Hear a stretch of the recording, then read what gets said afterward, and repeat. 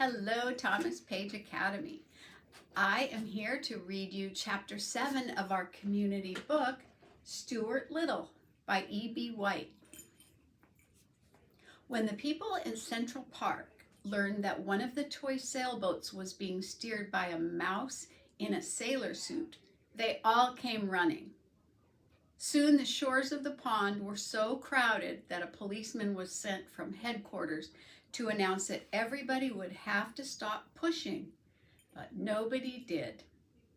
People in New York like to push each other.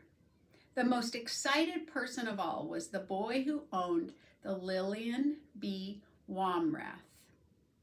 He was a fat, sulky boy of 12 named Leroy. He wore a large blue serge suit and a white necktie stained with orange juice. "Come back here," he said to Stuart. "Come back here and get on my boat. I want you to steer my boat. I will pay you $5 a week, and you can have every Thursday afternoon off and a radio in your room." "I thank you for your kind offer," replied Stuart, "but I am happy aboard the Wasp. Happier than I have ever been before in my whole life." And with that, he spun the wheel over smartly and headed his schooner down the starting line, where Leroy was turning his boat around by poking it with a long stick, ready for the start of the race. "I'll be the referee," said a man in a bright green suit. "Is the Wasp ready?" "Ready, sir," shouted Stuart, touching his hat. "Is the Lillian B. Wamrath ready?" asked the referee. "Sure, I'm ready," said Leroy. "To the north end of the pond and back again," shouted the referee. "On your mark, get set, go!" "Go!" cried the people along the shore. "Go!" cried the owner of the Wasp. "Go!" yelled the policeman. And away the two boats went, headed for the north end of the pond, while the seagulls wheeled and cried overhead, and the taxicabs rooted and honked from 72nd Street, and the west wind, which had come halfway across America to get to Central Park, sang and whistled in the rigging and blew spray across the decks, stinging Stuart's cheeks with tiny fragments of flying peanut shells tossed up from the foamy deep. "This is the life for me," Stuart murmured to himself. "What a ship! What a day! What a race!" Before the two boats had gone many feet, however, an accident happened on shore. The people were pushing each other harder and harder in their eagerness to see the sport, and although they didn't really mean to, they pushed the policeman so hard, they pushed him right off the concrete wall and into the pond.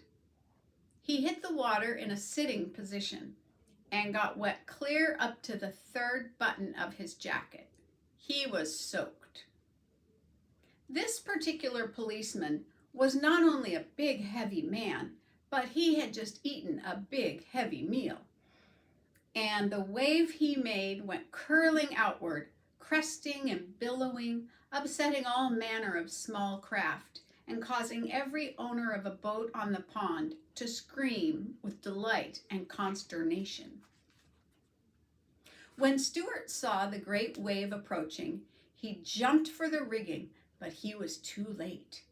Towering above the Wasp like a mountain, the wave came crashing and piling along the deck, caught Stuart up and swept him over the side and into the water, where everybody supposed he would drown.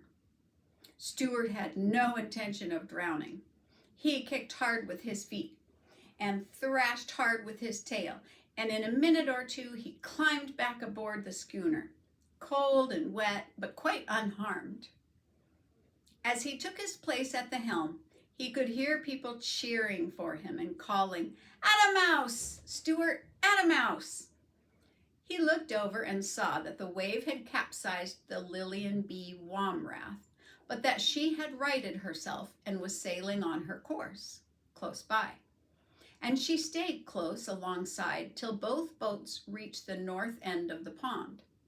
Here Stuart put the little Wasp about, and Leroy turned the Lillian around with a stick.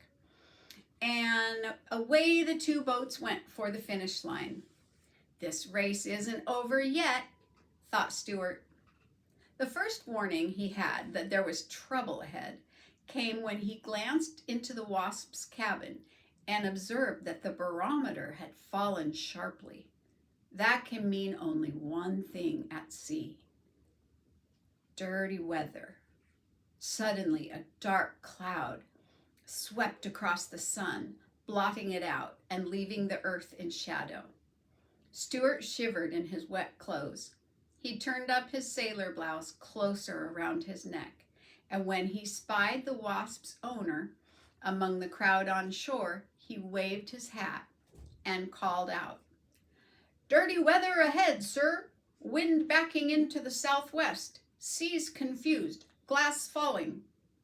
"Never mind the winner," cried the owner. "Watch out for flotsam dead ahead." Stuart peered around into the gathering storm, but saw nothing except gray waves and white crests. The world seemed cold and ominous. Stuart glanced behind him. There came the sloop, boiling along fast, rolling up a bow wave and gaining steadily. "Look out, Stuart! Look where you're going!" I'm going to see if I can show you this picture. There's the boat. Look how big that wave is. Stuart strained his eyes, and suddenly, dead ahead, right in the path of the Wasp, he saw an enormous paper bag looming up on the surface of the pond. The bag was empty and riding high, its open end gaping wide like the mouth of a cave. Stuart spun the wheel over, but it was too late. The Wasp drove her bowsprit straight into the bag, and with a fearful whoosh, the schooner slowed down and came up into the wind with all its sails flapping. Just at this moment, Stuart heard a splintering crash and saw the bow of the Lillian plow through his rigging and felt the whole ship tremble from stern to stern with the force of the collision.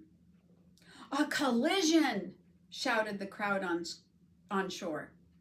In a jiffy, the two boats were in a terrible tangle. Little boys on shore screamed and danced up and down. Meanwhile, the paper bag sprang a leak and began to fill with water.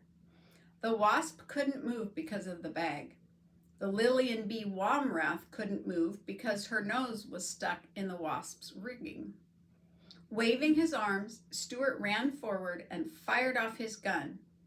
Then he heard, above the other voices on shore, the voice of the owner of the Wasp yelling directions and telling him what to do.